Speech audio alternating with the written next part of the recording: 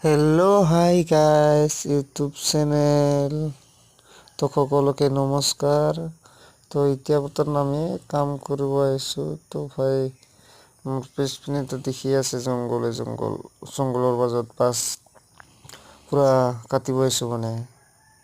মই দুজন আছোঁ। তাৰপিছত ৰৈ কিনে পূৰা হাতত চেণ্ডেল, তলত যিটো চাপে যিটো আহে কোনো ভৰসা নাই। এতিয়া ভূটানৰ পানী আহে না, ডাইৰেক্ট ভূটান।